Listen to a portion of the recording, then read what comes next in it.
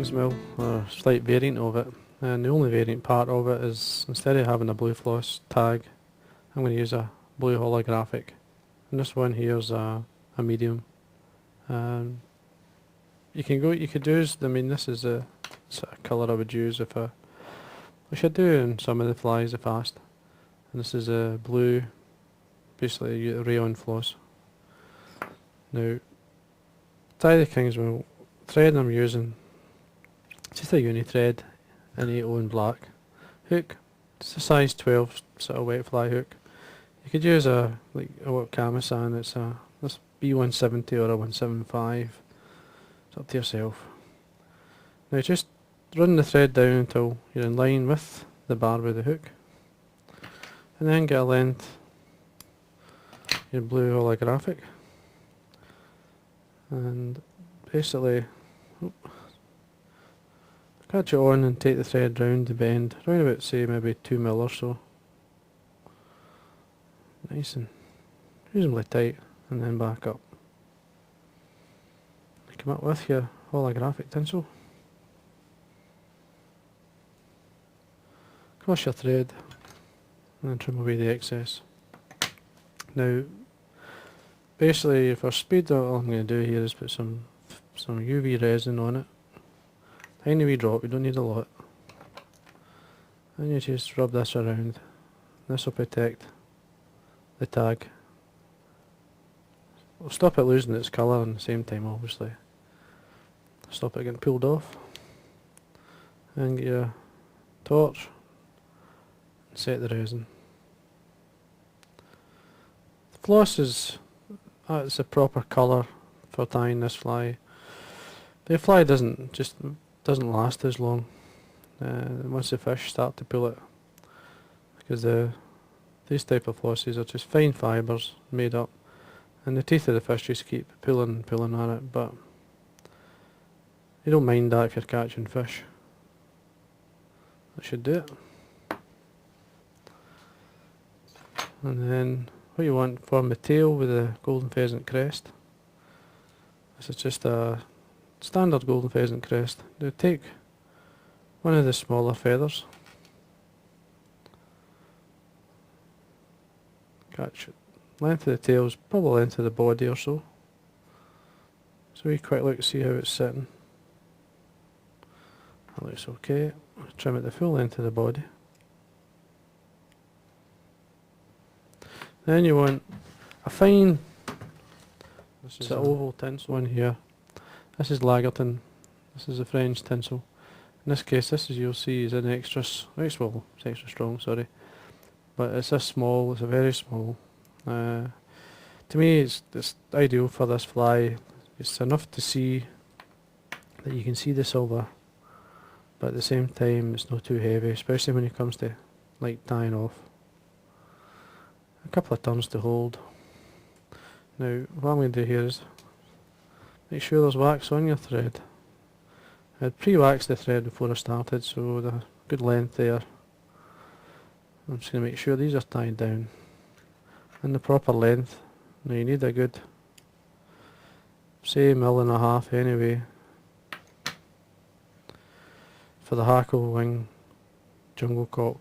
And topping, as they call it, the crest that's on the tail is going to go over the top of the wing. It's a bit of a pain to actually tie in. You shouldn't be too fussy with it, because basically it's, how can I put it, once it's fished, it'll pull into the right position anyway. So now I've got this is dyed black ostrich herring for the body, and the way back down I'm going to tie this in. I've tore it from the feather, and this is the butt end, as I would call it, from the area where it came from the stem, because it's a slight taper in it. Now what I like to do is wind the herring the opposite way I actually wind my thread and my tinsel, so that when I bring my tinsel through it, what will happen is it will catch in more of the fibre and obviously make it much stronger. Now when you're crossing or coming the opposite way with a material in your normal way of tying, basically what I do is I take it across the thread, I do one turn onto it, then I turn onto the hook, which locks that turn. And I keep doing that a couple of times, which is enough to hold it. Because you remember when you bring your rib up through, your rib's going to secure it in. And you're looking probably around about 5 turns or so. And there we are. Just any fine fibres going forward. You can throw it back with your finger and thumb. And then come up nice and tight. Don't drop your foot finishing tool. Trim away your waste. And then a wee bit of wax onto your thread and tidy up. And there we go. Then you're looking, what you want is a nice black or a hackle. Now in the book traditionally it was black cock, it says. I mean, you could use hen if you want. I mean, this is Chinese dyed black, it's the cock cape. And then I've got the hen cape. And I personally think the hen cape's better. Just your less turns at the same time, it's much softer for a wet fly. Just take one of the feathers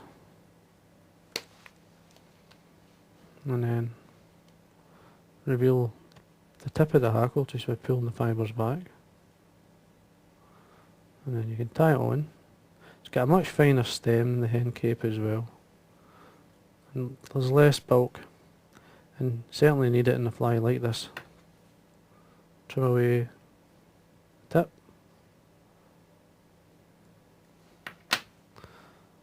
And then just wind, maybe around about, depends on how good the hackle is. You're looking for at least 2 to 3 turns anyway. One turn in front of the other, and just draw the fibres back as you go. Now you could use hackle pliers if you want. And then tidy up. Now if you're using genetic hens, you can use the necks or the saddles. I've got a nice saddle there which would have been ideal for this, but I'm just going to tie it with the original or standard capes that you could buy. Now for the wing is rook or crow. Now this is a secondary feather. I've cut 2 slips from each side and basically doubled them up just to make it a wee bit thicker. I'll show you. I've got a right and a left side. And now it's there now, there's two lengths there, just to, as I say, thicken it up, especially for a fly about this size. On the smaller flies you can go just a single. Now that's the 2 you can see basically with the inside of the wing, and the curve's going to come in and meet. I'm just going to make a space, just folding these fibres slightly down, the hackle fibres, get the length you would like. And then like you want a roof type shape, so come in and hold. And it's alright, just a nice pinch and loop. Just come round. Basically what I like to do, I'll show you a wee bit better, is to come in with the thread into your finger and thumb and then pinch it. Come round and then basically back up, pulling the thread into your fingers and then keeping the wing really nice and tight. Pull.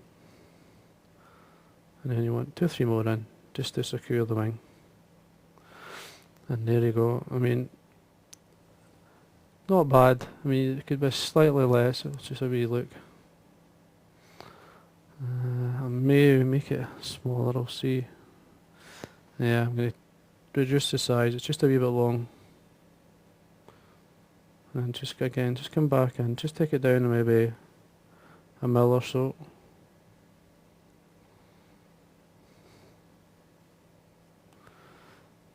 That's why I like using the softer fibres. And have a look. That's a wee bit better. If you're not happy, always go back. Now at this point make sure you wax your thread. Now what I usually do is take the thread turn to the eye and bring the thread up and into these cut ends, forming the head. You form a nicer wing or a nicer head if you do that. Just let you see the other side. You go, it's kind of roof-like. That'll do. Then you want to put on your topping, as we call it. Now here's I've got my golden pheasant crest again. You could spend time getting these in a nice shape, but when you're fishing flies you don't need to do that. I mean, it's just tie them on.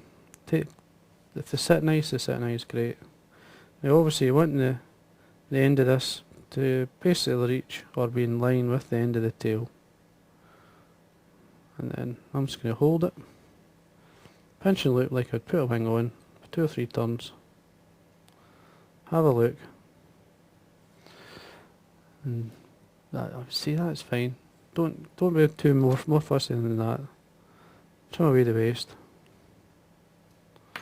Again, make sure you wax your thread.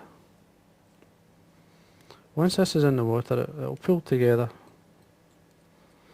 Now, when you're tying flies this small and you're putting topping on, you're never going to get the fancy crest that you get in some of the bigger flies. No way you're going to get that nice effect on a classic fly. I'm just going to bring this round a wee bit to see how it's sitting. A couple of fibres here I'm going to take away. So wee broken fibres, I hate to see a broken fibre in a...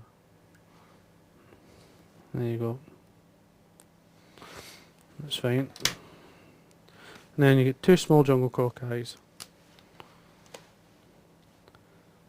which this again tidies up things. Just get the length you would like. Just position. I've got the 2 eyes. There we go. I just want to wind the wings slightly, and then open up the area where you're going to tie them in. Position them. Make sure they're both the same length. Finger and thumb. Just hold them.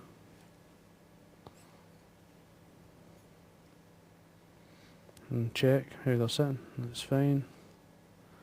I'm not going to fold these back. Just going to tie them in.